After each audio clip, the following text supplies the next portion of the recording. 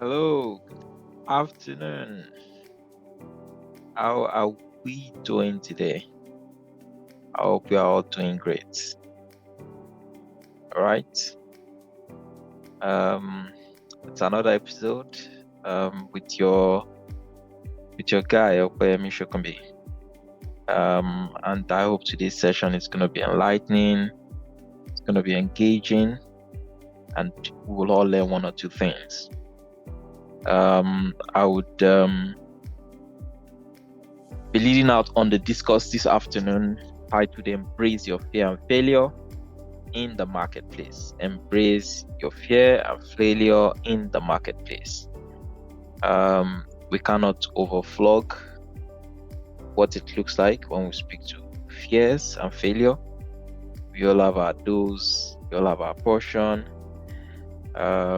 And I hope that today, at the end of this session, we would have learned what we can do differently or what we can do better than how or whatever methods and methodologies we are presently applying to manage our fears and our failures. I hope that this session will be interactive and it will be engaging. So wherever you are joining from, please go to the chat and drop it there. I think the first question I have, for us is that if you have never failed before in your life, please drop it in the chat comment. I'd love to meet you on how you are doing it, on how you are, strategizing and structuring, such a landmark achievement along the path of life. I'd love to say that almost everyone in life has, at one point in time or the other, encountered life challenges. I also believe that every one of us seems to have our fears. Sometimes we hide them, sometimes we hold them back, but these are real experiences. Sometimes it's stuck in the mind, sometimes it's stuck in past experiences, and sometimes it's stuck more in what you have heard other people say. So when we then face those real life scenarios or situations, we then translate it into what we've heard and says, oh, they said this thing is difficult. And then we embrace it. Before we know it, we are living a reality that is not ours or that is not patterned for us to experience. Hi, Michael. Thank you so very much for joining. Oh, Michael is joining from Toronto. It's nice. It's nice to have you on this live session. And I hope that at the end of the session, would have learned one or two things together. So thank you, Michael, for dropping that. I mean, this is, why I show up almost every week. Not almost, I show up every week, Thursday, 4 p.m.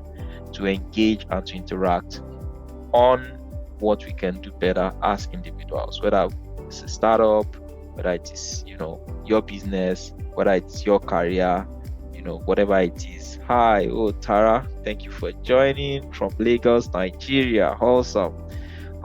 This is getting hot and exciting. All right.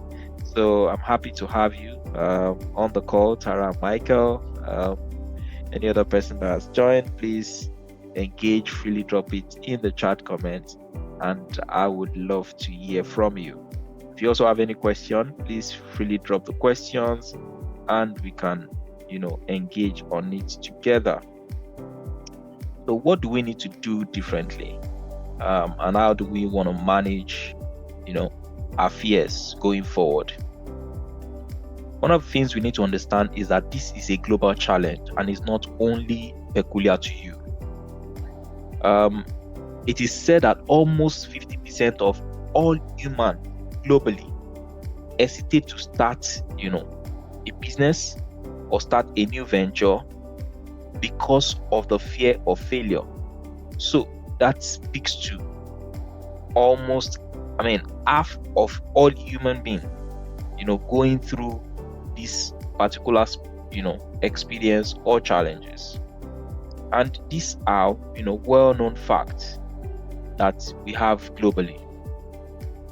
Now, the World Economic Forum also predicts in 2025 that more businesses will that embraces failure will learn and innovate better than their peers.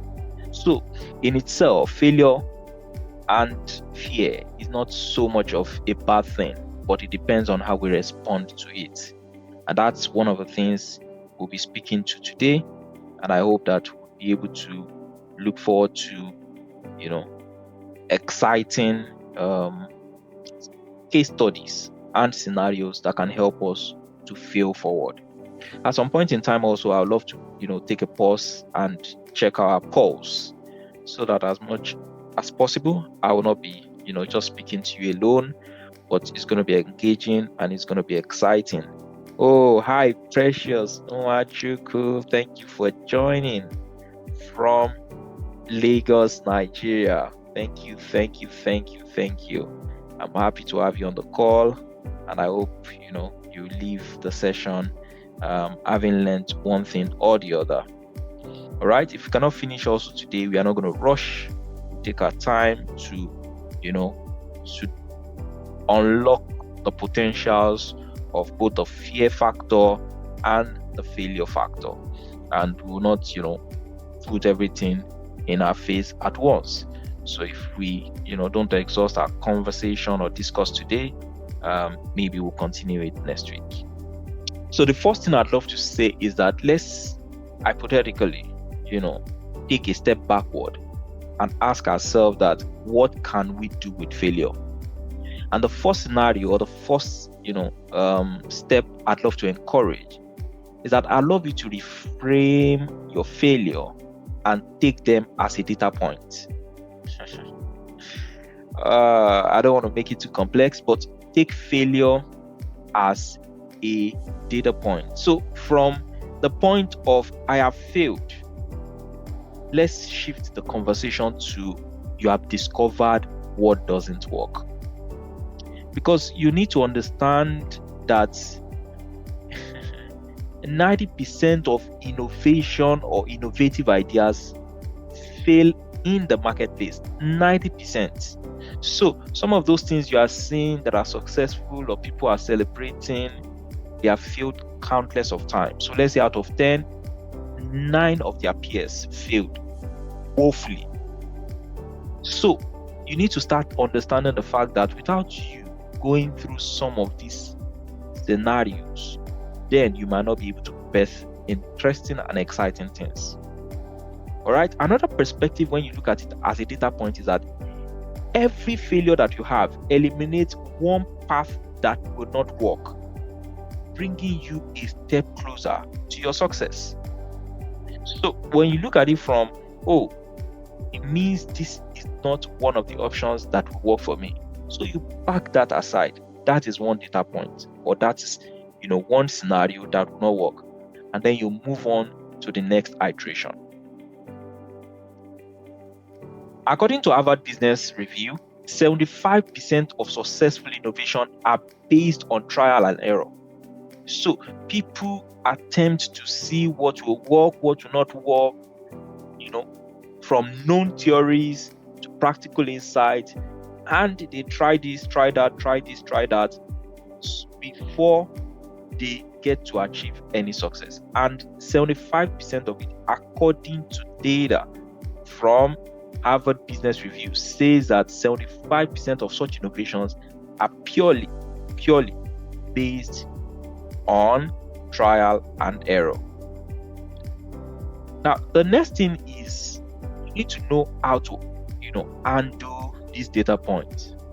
And just like I've said, you should take a step backward.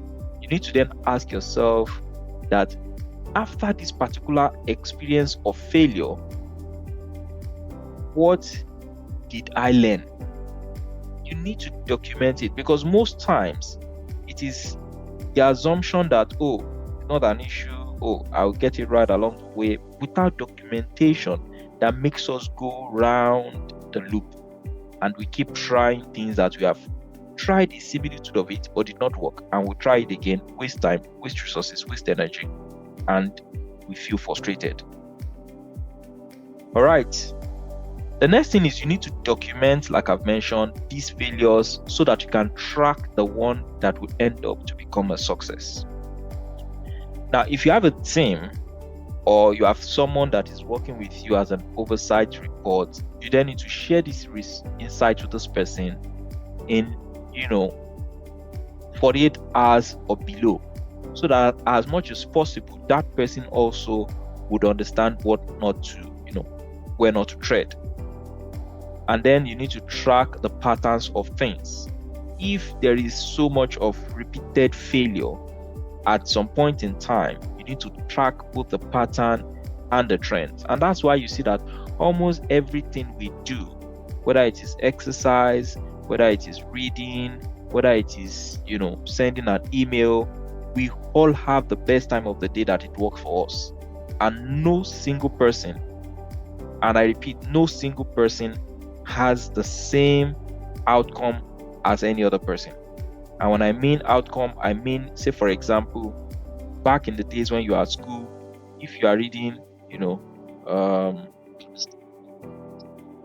if you are reading for an exam, you realize that not everyone, tends to enjoy their reading in the morning, in the afternoon, or in the evening. We all have our preferences depending on what suits us more. Some people can read in the middle of noise. Some people, they want a cool, calm environment. And the same thing applies to reading. Right now, even after school, when you take a book to read, you see that you do not follow or assimilate just like any other person reading beside you. And thankfully, that's why a place called library was created. Now, the next thing you need to also do is you need to find a way to shift your mindset and build a psychological safety. To understand the fact that what next when I fail? And how should I approach the failure that will be systemic? Because when you make failures or you fail randomly is when there might be issues. But when you build a system around your failures, then you see that there are chances, or there will be higher chances for you to succeed in life. So that means that you need to shift that mindset from I don't want to make mistake to let me document, or let me see the experiment rather. So you take it as an experiment, you dig deep into the situation or into the challenge, and you break it down into fragments or things that will make it easy for you to comprehend and for you to manage. Again, you deconstruct it. You deconstruct it to something that is simple and easy for you to manage and relate with. Now, we have seen this across board, and we realize that when we do this for ourselves and in our immediate environment, it creates an environment where people enjoy what they do, and organizations that have embraced this mindset or this shift have then seen more success. An example from a BCG study says that this bring or converting failure into experiments sort of increases retention in multiples of 6 for diverse employees. So you see that as much as possible, people will no longer be afraid to make mistakes, and maybe it's going to haunt them or it will hurt their career. Rather, they will bring in the mindset or the spirit that, this is an experiment. If it doesn't work, we'll move on to the next thing. Similar to what some people will call failing fast.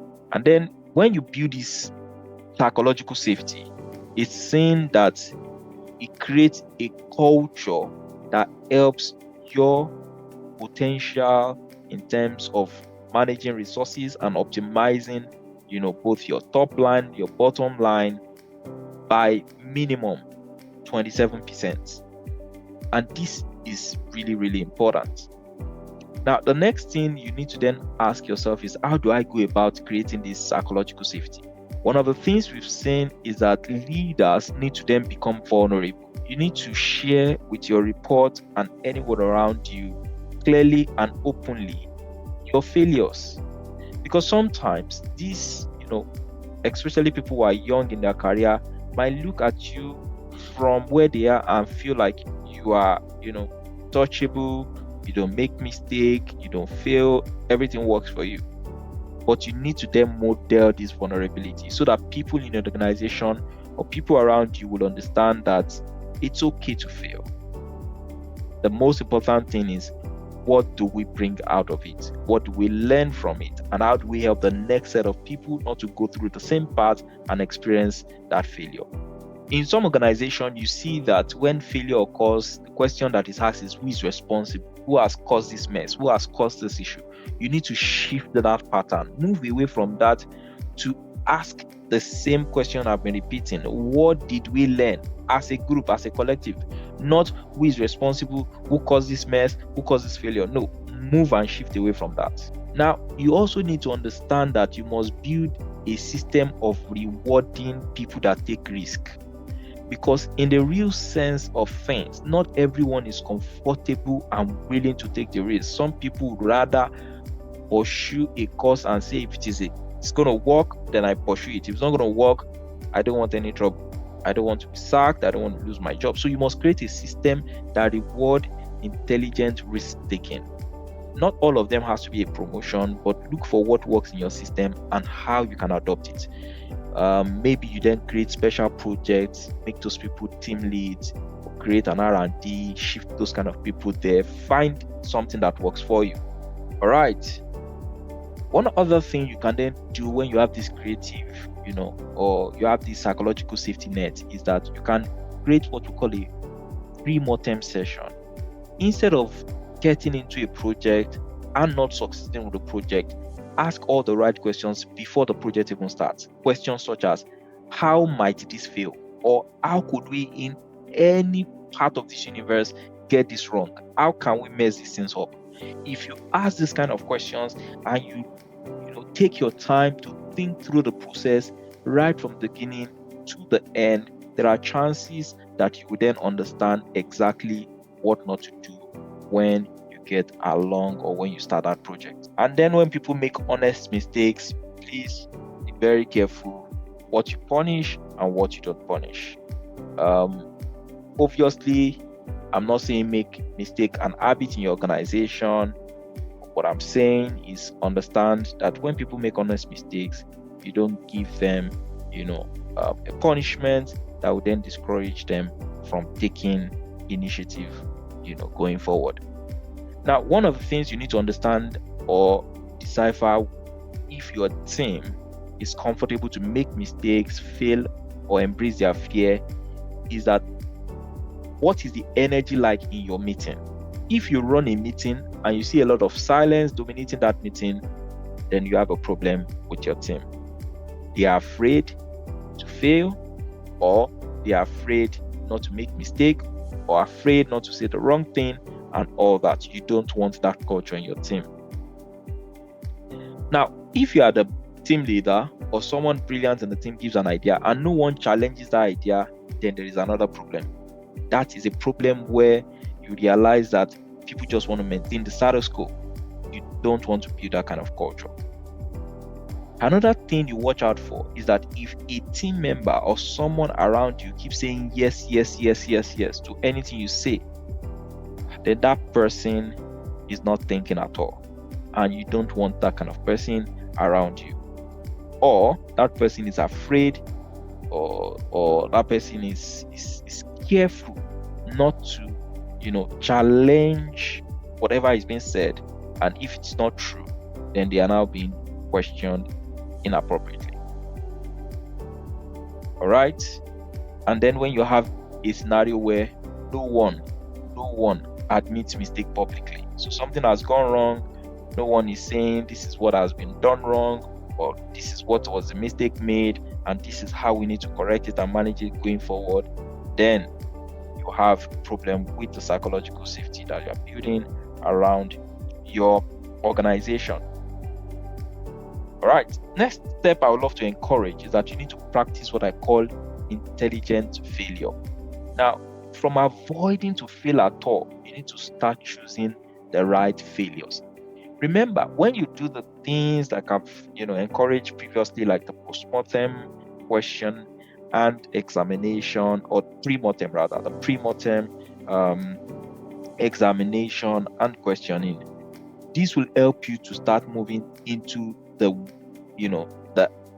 realm of practicing intelligent failure, where it's then very obvious that you are going to run away from avoiding all sort of failures to choosing the right failures, because at least you know that you are almost going to be close or on the path of finding the right solution. And if you fail in that dynamics, then it's okay. Now, one of the things you need to know is that there are some things that are very basic. So I'm not saying the basic things should accommodate them and put it in a culture where preventable errors are made from lack of attention or lack of people going into the details or seeing what can go wrong. Another thing is, if there are known laid down processes and procedures, people circumventing them, and then failures are coming in, that is an avoidable mistake. So you need to watch against that. I'm not saying tolerate those kind of behaviors. An example I would share is, let's imagine someone is meant to have a meeting with a client and the person missed the meeting simply because the person did not get a reminder on their calendar, or the person did not follow through to plan their day appropriately. These are basic failures you need to avoid in your organization. All right. The next thing is that when it becomes a complex failure, you need to find a way to learn from them. So you have an unexpected system interaction or failure. You have, a result from unforeseen circumstances where it's something you've never experienced before and no one had anticipated it. And it's such a complex process or complex situation. Now you need to document this and learn from it, so that subsequent experiences, you will not say, oh, we've not seen it before, we don't know what we are talking about. No, you will then learn from that. It could be in your business integration, it could be in your supply chain planning, it could be in your demand and supply planning, it could be any part of your business. You need to just ensure that you integrate and document exactly what can help you to avoid creating future unexpected complex problems and failures like that. And then the last failure is intelligent failure. You need to embrace what we call intelligent failure. An example is, imagine you have 2 or 3 products and you have seen a competitor create a product that is doing well, and you want to do something similar. Despite the fact that you have brought that product, you have tasted it, you have done everything that you need to do in building the recipe, in building the building blocks of what will help you do something that will be better, cheaper, more healthier or nutritious than your competitor. You then need to go into a realm of calculated experiments where a lot of things will happen. You try the percentage of the raw materials you need to put in. The outcome may not be fantastic. So in this realm or in this regard, you have a bit of some waste, and you need to embrace them, because you can't expect that the first time you go do the recipe management or do the design of all the things that makes up the final product, you do it once and you get it right. No, you can't expect that, and that may not work. Another thing is when it comes to embracing some risk with opportunity for you to have a new learning. You need to embrace this. An example is, you want to enter a market that you have never explored or you have never entered before, with maybe an existing product or a different product. With this, you need to understand that you have to test a lot of things in that new market. If you don't test it, then you will not be able to intelligently learn from the failures that you would have.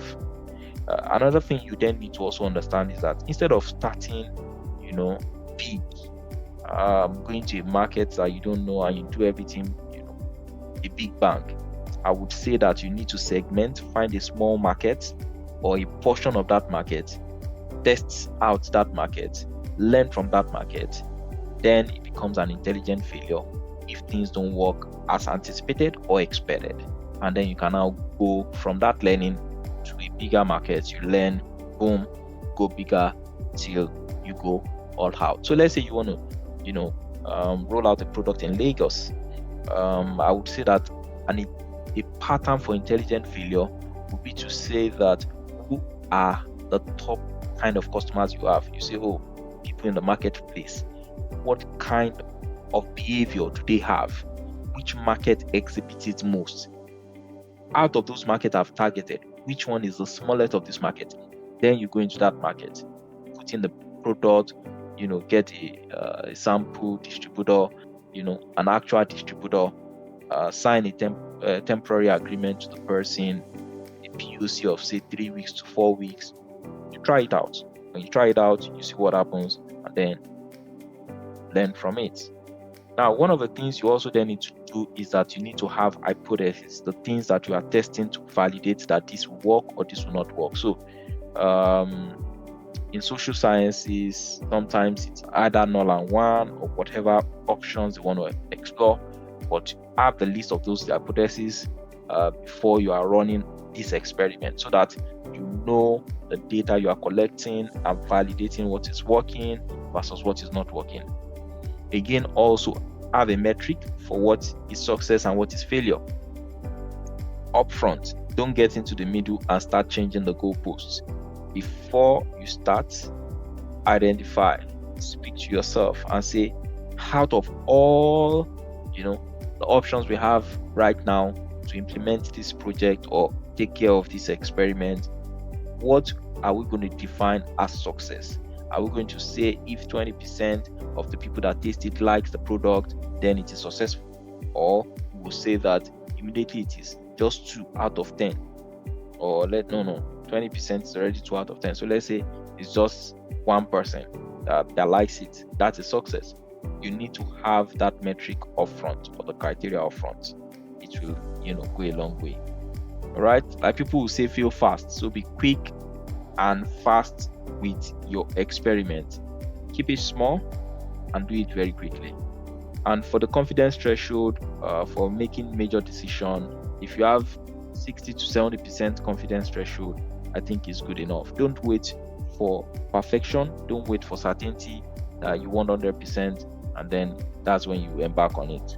Nothing is guaranteed. Nothing is certain. All right. Document the expected versus the actual outcome for any experiment you embark on. So before you start, you already say to yourself, this is where I want to get. But what will be the actual, or what is then the actual when you finish? It's important that you document it. It's critical and very, very essential. All right. The next thing I would love to speak about, step number 4, is you need to cultivate resilience rituals. One of the things that our generation, or the generation we are going into now, seems to struggle with is what people call staying power. The capacity to keep trying and trying and trying and trying until you succeed. People seem to get discouraged or give up quite easily this time around.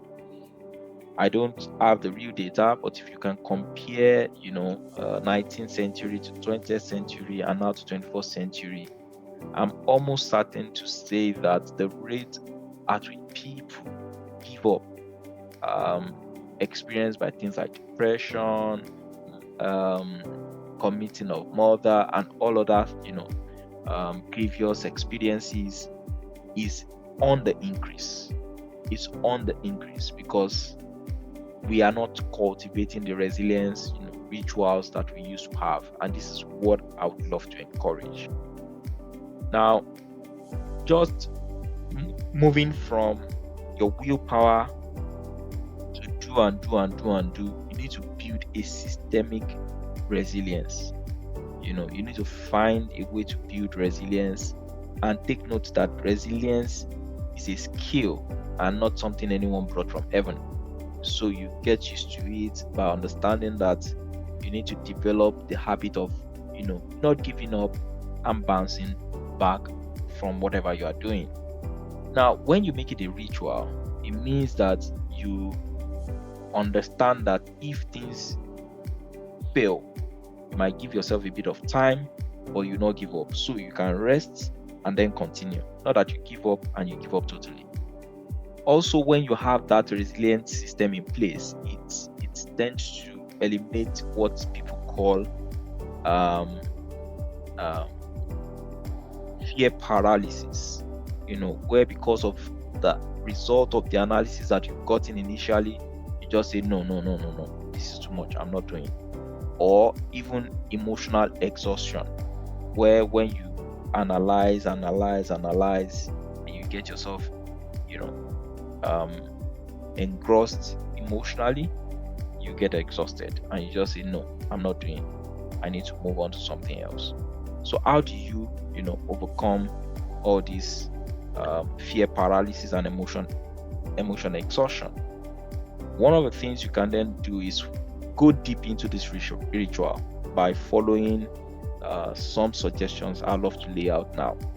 The first one is what is called the 48-hour rule, meaning you need to process your emotion, the data, the information, everything you have, process it for 48 hours.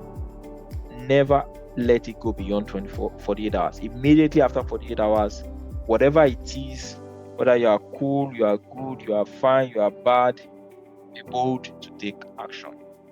So that as much as possible, you will not be taking a reactive decision. Rather, you'd have processed everything properly and you have some bit of insight or perspective as to how things might go. And then you, boom, take that action. I feel also that for people who think deeply, introverted people who do a lot of analysis paralysis, this rule is really, really germane. If all you give yourself is 48 hours, you have thought about it, whatever it is, in terms of the insight, understanding, and the positioning you have, you move, take an action. And in some of our conversation, I've also shared that most of the things that we take action on today in our space, in our climb, most of them, I can say over 90 to 95% of them are reversible actions. They are not actions that is going to doom your business or doom the organization in its entirety. No. I believe there will be a risk profile that will help you to ensure that you don't take critically defining actions that will ruin your business. All right. The next thing also is the reflection ritual. If at the end of each day you take about 15 to 20 minutes, you take a journal and write down what you have learned, and you ask questions like what went well, what didn't, what did I learn, what is new that I didn't know today. This will also help you to build your resilience ritual. Also, you need to have what I call a support system to help you guide and protect your accountability. So you can run through or filter through some people that I call your support system or support network to ensure that they then guide some of your thoughts. You don't want to wait until you are in real life deep mess or crisis before you start asking people. You have seen a decision after that 48 hours, for example. At the end of that day, you have reflected on it. If you have one or two friends in your network, you run it through them and say, oh, I'm thinking of doing this thing and these are my thoughts. And you'll be surprised the angle or the perspective they bring into it. On a personal note, you need to also do what we call perspective shift, to say to yourself that what I'm about to do now, this action that I'm about to take, will this matter in the next 2 to 5 years? How much of influence, how much of benefit, how much of good, how much of bad will this lead to? This is critical. This helps you ensure that you are not staying in the moment, you are not staying in the temporary, thinking about, oh, if I fail, oh, this fear, and then everything is just about today. No. Ask some questions that are deep, reflective of the impact for tomorrow. Will this matter in the next 5 years? If the answer is yes, and it's a positive influence or it's going to be a good, great thing, as far as you answer them, then I'm sure you just move on and get things done. All right, this also is very critical to help you ensure that you manage how use your chances of failure in the marketplace. Is that you need what we call physical reset. This physical reset is seldom overlooked in our generation today. Sometimes instead of resting, we are binging on Netflix, on movies. Instead of sleeping, we're on social media. Instead of exercising, we say no, it's too stressful. And then sometimes instead of eating home cooked meal or healthy meal options, we go for junks and we eat things that will not help, our body and our mind. And remember, fear and failure has a lot to do with how your body state is. Research has it that when you are properly exercised, you are allowed to make the best decision. So you are thinking about a lot of great things because of the hormones that your body has excreted. And you are sharp, you are alert. What is taking some people 5 minutes to process in less than less than 1.5, 1 minute, 30 seconds, you've processed it. You are alert, you are sharp. For your sleep, you need to prioritize your sleep to ensure that you re-energize yourself, you reset your system, you reset yourself. We all know the advice from science to say that minimum of 6 to 8 hours daily. Please try to do this. And for your nutrition, people say is the new medicine. Try to improve on what you eat, how you eat, and the quantity and quality of what you eat. And on a last note, be compassionate on yourself. Treat yourself as you would treat a valued colleague or customer. Acknowledge some of the effort you are making. Yes, the outcome and the result is most important, but when you make effort, acknowledge some of those efforts you are making. And last but not the least is remember everyone fails, not only you. Everyone fails. You are not, the only vulnerable species that fails at anything you touch. Everyone fails. So be magnanimous to yourself and, acknowledge some of the progress you are making or the effort you have implemented, and treat yourself as you would treat another valuable colleague or customer. Don't be too hard on yourself. The last bit is you need to celebrate learning publicly. Now, from hiding your failures, you need to, move to showcasing lessons learned. And I'd love to share one of the failures I've seen in my early days. In my early days, I consider myself to be quite brilliant and I had a lot of successes. But one of the things I realized was that there was a terminal exam in my teenage years that I kept on failing. And after a while, I came to the conclusion that I'm not as brilliant as I thought I was. And when I came to that conclusion, I met one of my respected tutors and I told him that I thought I was brilliant, but going by this outcome I'm seeing from my result, I don't think I'm as brilliant as I think I am. And when I said that statement to that person, you'll be surprised the feedback he gave me. He said, I've always watched you. You are full of yourself. But I think now that you have come to your senses, you will be successful. And guess what? The next exam I did, I aced it. I blasted it. I succeeded. Why? Because I came to an understanding that I'm not as good as I thought I was. I needed help. I needed to be grounded. I needed to have a bit of perspective as to how things should be done.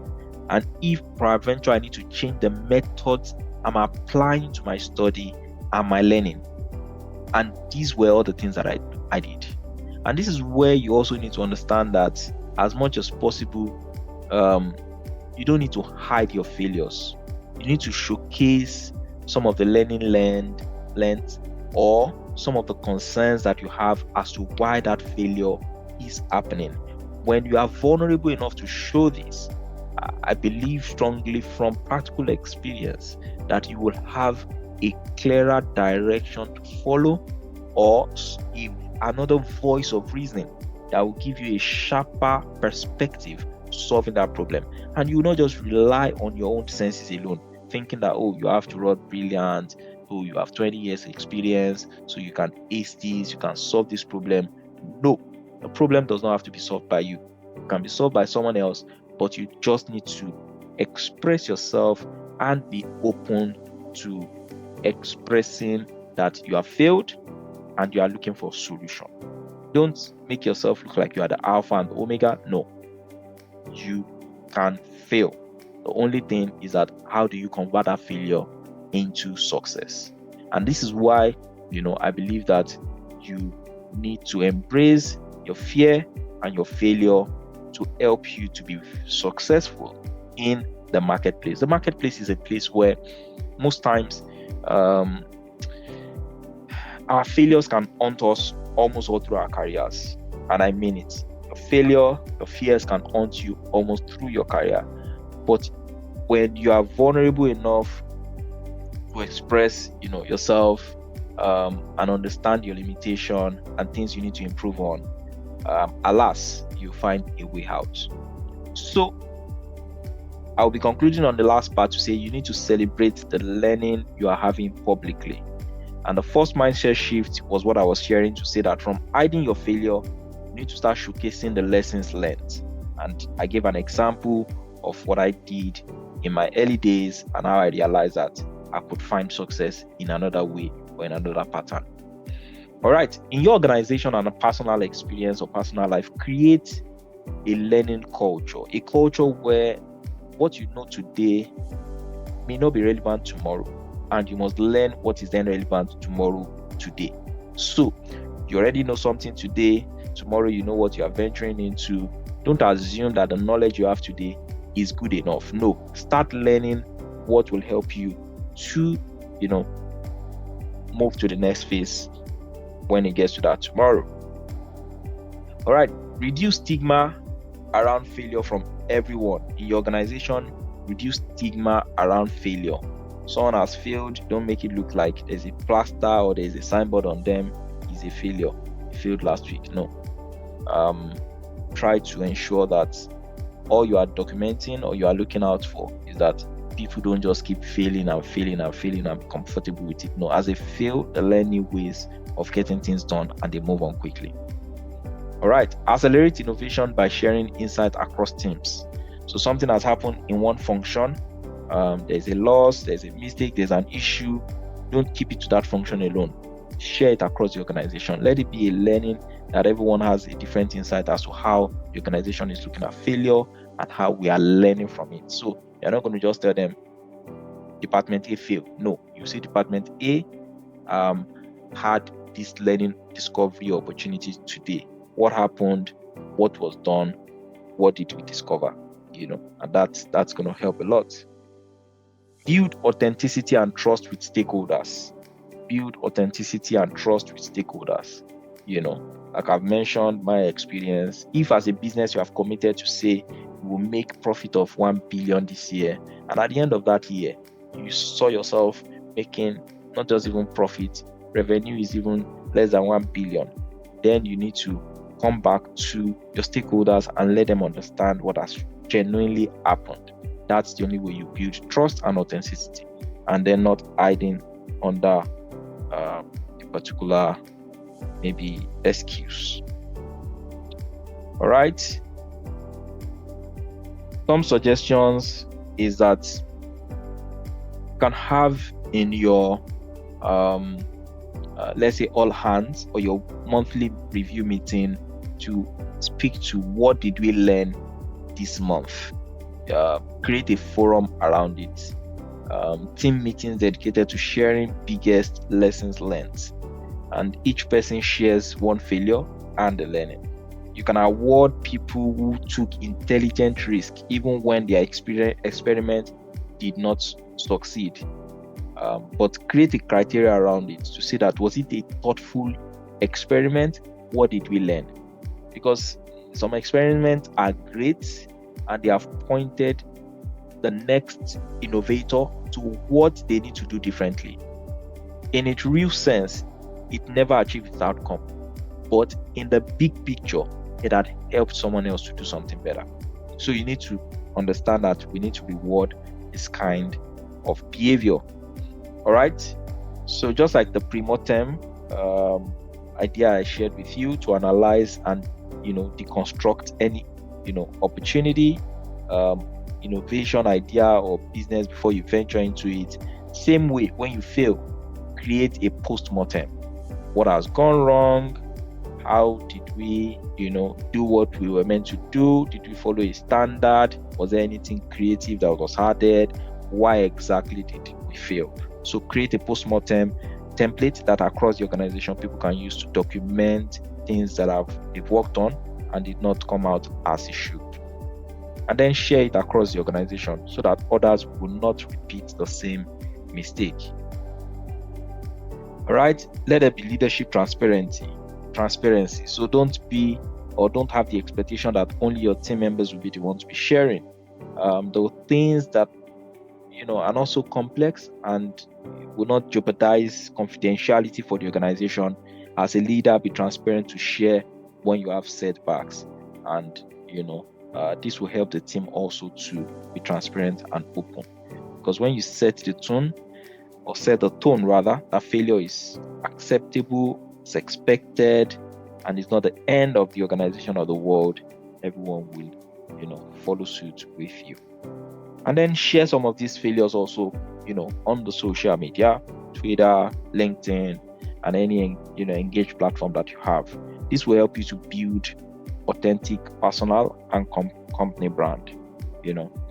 Sometimes you realize that some people's personal brand is even more powerful than their company brand, and these are the ways you build it. Just like I'm having this conversation with you, it's simply speaks to that kind of model, social sharing. And then help others learn from your experiences. All right. So I think what I would do is I'd love to close out this week now. If there are any questions, please ask the question. But next week we'll focus more on phases of where people have failed in terms of their business, in terms of their career, what caused it, and some practical example from my own career. That's what I think I will focus on next week. I would try to make sure I take good note of this, and I work out our best to help us have this insight. All right. So for the next 1 week, let's look at a challenge we can all embark on. I'll reframe my next failure as data. I'll ask my team, what did you learn after our next challenge? I'll share one of my failures publicly, this week. I will establish one resilient ritual, and I'll celebrate a team member's intelligent failure. Thank you so much. Thank you, Michael, for joining. Thank you, Tara. Thank you, Esther. Thank you, Precious. It's been an interesting one. I hope you have learned one or two things. Next week, I'll try to make it a bit more interactive. And then we speak about some of my journey, some of my stories. I'll try to break it down: my teenage, my university, my service year, my early days of working, and now that I'm, into building a global organization, a global business. All right, guys, let's call it a wrap and have a wonderful time. Please keep staying in touch. You can reach out to me on Facebook, on LinkedIn. LinkedIn is my preferred channel of engagement. Twitter, I'm really there. LinkedIn, I'll be glad to answer your questions or respond to any queries that you have for me. Thank you so much, and do have a wonderful evening.